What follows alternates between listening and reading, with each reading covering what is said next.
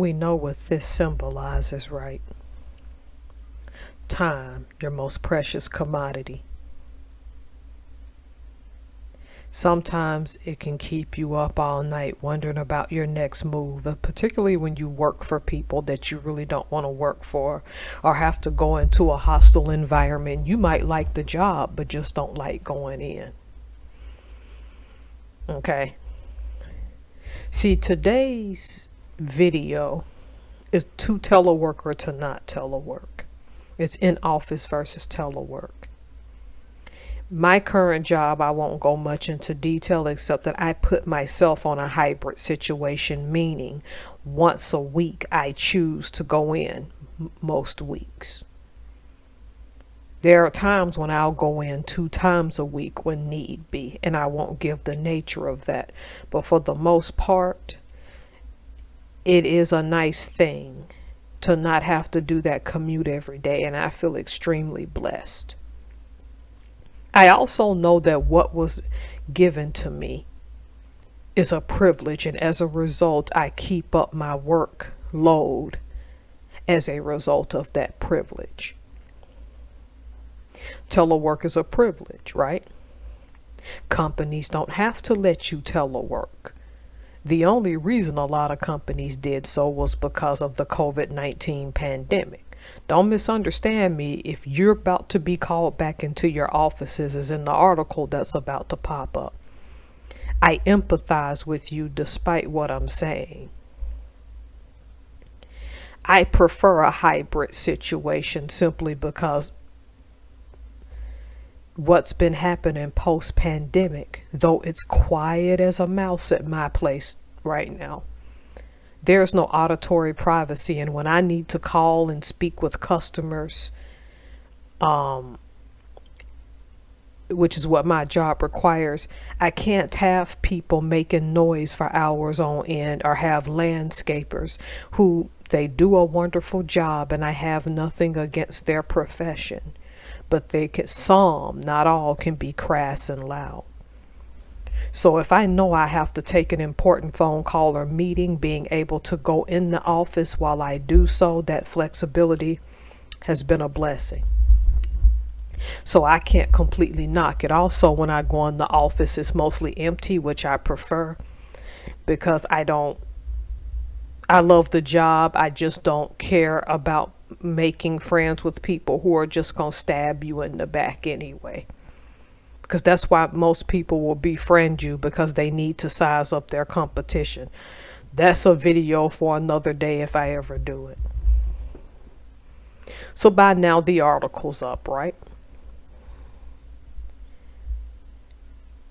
I reminded you that telework is a privilege because there are one of 2 things you should have done while you were working from home. This video's not to shame you, it's just to make you think. Number 1, corporate conglomerates are going to do what they do regardless of your feelings.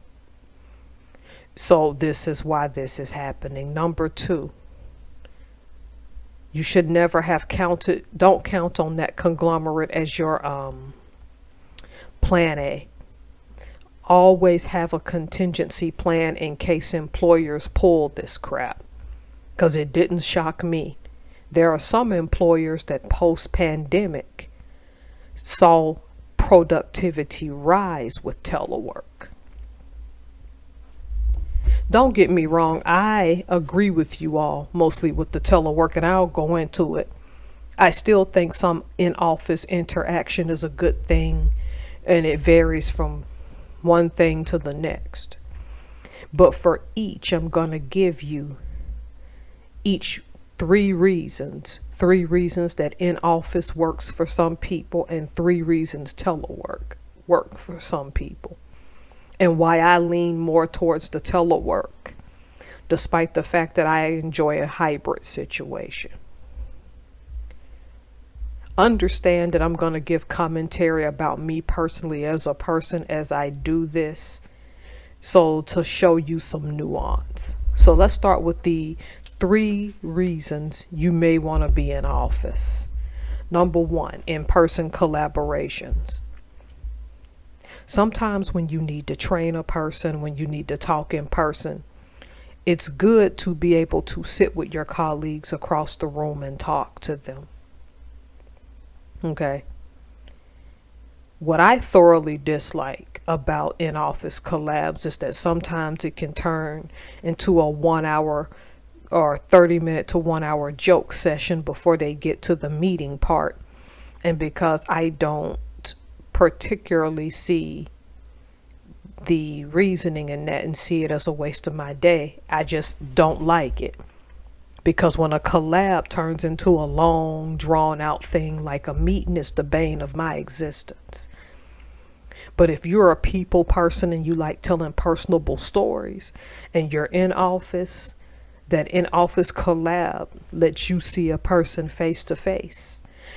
And then you can understand where you all stand. Even if nothing gets resolved that day, you'll come to some conclusions about some things. Number 2, social life. If the thing that I just don't have the use for, and I know that might be offensive to some people. There are people that have a close-knit deal going with their coworkers to where they meet friends there. And if you believe in that concept that your coworkers are family, which I don't, that social aspect of it is missing. Going to potlucks, going to picnics. Me personally, your coworkers are not your friends nor your family. To me, they're never your family. And I know when people say that they mean well, but I just don't view them that way. And a good chunk of them, like between 90 to 98%, are not your friends. They just size you up, and give them time, they will turn on you if it means getting a promotion. But there are cases where people will have some lifelong friendships from a job. I think it's few and far between, but lots of optimistic people like the social life. The third and final one, which I also don't care for, is that most of the times the big wig bosses will still, even if they telework, will go in several times a week. If they see you all of the time, it can be an indication of your dedication to that company. And therefore, it can put you on the fast track of promotions because it means that you have enough of dedication to go in. Because I get paid pretty well and like what I do, I don't see myself being in a leadership position. Because the downside to that, in my opinion, is that you'll always have that one adult that don't want to show up, and you have to treat them like a child and make sure they're going to get to work on time when you are the boss. But let's be honest, that proximity to that boss and that in-person collab and seeing them every day does give you higher chances of the move up. Now, I'm going to give you 3 excellent reasons for telework and why telework is better when you're an office person. Number 1, if you're the type person you don't care for clicks, this is the obvious one because you'll have it in every work center you go. This one is going to be good for you. I'm the type of person, I can know that you don't like me and I can come and work well with you. But I'm not going to play your office politics. And I can understand how some people are like, if I don't have to see this person every day, but I can work behind a screen, this job is tolerable. Number 2, no commute. Commute is a huge time waster. Excuse me, y'all. I got this bad burp. Your commute, even if it's 15 minutes, you still wasted time, wasted gas. And who's to say that on your commute, you're not on your way to drop your kids off to school, then go to work, then go pick up your kids, then go home, and you have fewer precious hours with them if you are a parent, because I'm not. This is the thing that makes teleworking worthwhile. 3, household savings, because you're not going to work. You're not beholden to going and paying for food for potlucks. You're not beholden to going to awkward and uncomfortable lunches when you don't like people. Or you may love your coworkers. It's just that your financial situation is not the best, and you just don't want people to know that because it's not their business anyway. But sometimes they can tell by what you ordered that you're cash strapped, and then that's thrown in your face.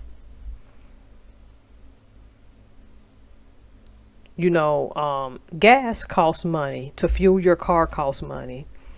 To feed your household, groceries cost money. To put your children in daycare because both people work outside the home is costly. And so I can understand why people who want to telework are angry about what this employer just did. To be honest with you, people who say we'll be a better team if we're in the office and la la la, you're trying to make people feel better about the lie you're trying to sell. Be honest, you can make people come back in because you need to watch them because of control. But you're not going to come out and all and out say, oh, we want to control our employees. So what you're going to do is force everybody back into the office under the guise that you're one big happy family and a team, when half of your team and big happy family may not have the same views as you. Understand that you can make people come back in the office because you're an employer and teleworking is a privilege. But understand that some people can put up a good poker face and have a great amount of resentment for you. If you don't want to come in, there's the door. People who say things like that can sometimes take the risk of losing some of their best employees.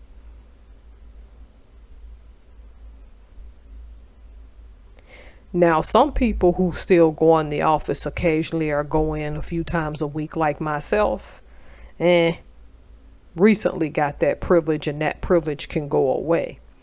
While I'm cognitively aware of the privilege, I also, to me,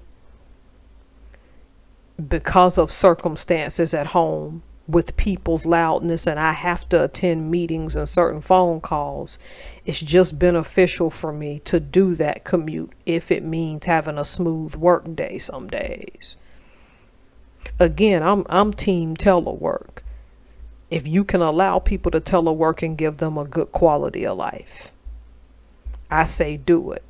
But when you're dealing with big conglomerates about this, they only feign caring about your life. At the end of the day, they care about profits. And to pacify you, they pay you excellent salaries, give you excellent benefits, and give you excellent incentives, or what they call that. That can all go in quotation marks, all three things.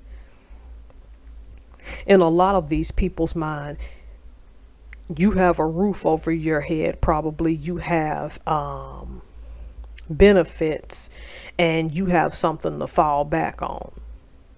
See, the flip side of that argument is a lot of times you have all that office space, some that can be converted into apartments that you're letting sit there because you'd rather control people than let them work from home.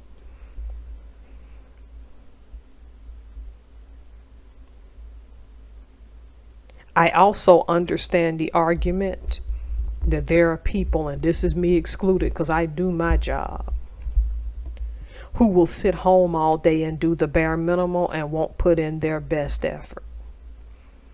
And because that one employee or few bad apples spoiled the bunch, you make everybody come back in. You already know who's doing it. So why is it so hard to tell that person, particularly in the civilian sector, you're fired, because it's an at-will employee state anyway. You don't do this because you want control. Companies have got to get real with this stuff. I'm a proponent that you can do what you want to do because it's your company. But if you have the opportunity to do these things and you don't, you're just gonna keep taking losses. What do y'all think? Which one's the better one, the telework or the in-office? Or a hybrid of them, or some type of in-between gray area? All right, thanks for listening.